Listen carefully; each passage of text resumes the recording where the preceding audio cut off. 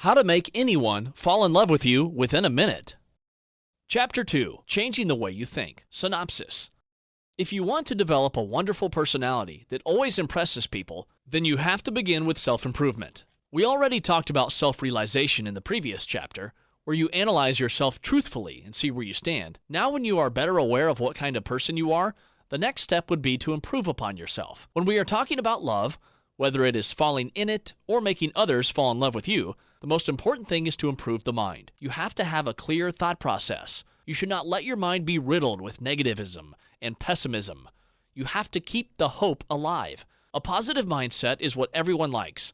You cannot expect anyone to fall in love with you when you are a brooding, depressed, or angry personality. We shall talk here about the mindset you should project if you want to make people fall in love with you. If you want, this mindset can be created within a day. If you don't, it'll take ages, but you won't be able to change the way you think. What do you think about yourself?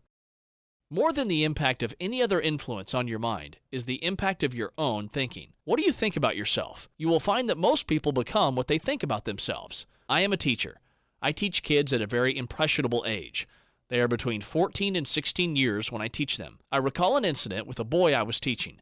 His name was Mark Monet.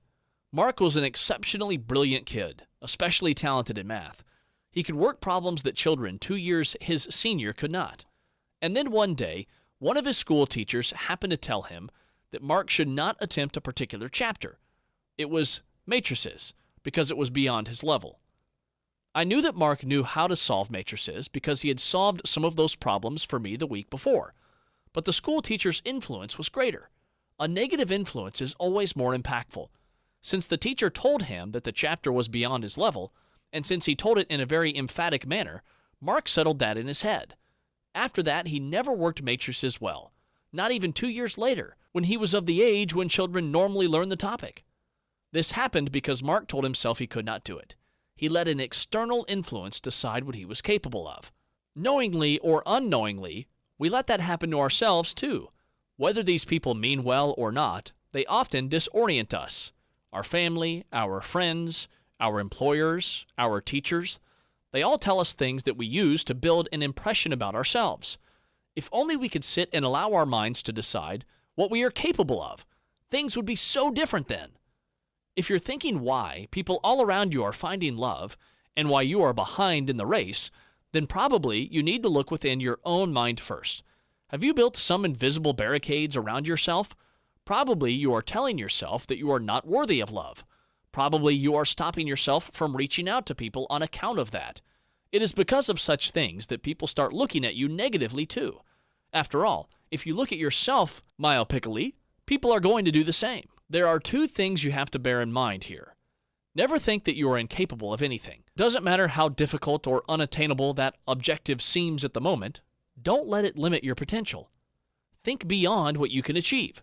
Always. Always keep challenging yourself, whether you are chasing your personal growth or professional growth or looking for a relationship. Always try further than people tell you you can go. If you have belief in yourself, that should be more than enough to keep you going. How optimistic can you be? Following from our previous discussion, we come to a very important point here. You have to be optimistic. If you give it a thought, it is optimism that has kept us all going through the ages. If it weren't for hope, people would have given up. Communities would have faltered. Countries would have perished. The world wouldn't have sustained itself the way it has. Optimism has kept us alive all through. And now, when you're hoping that people will fall in love with you, it'll be optimism that will illuminate your path. What is optimism?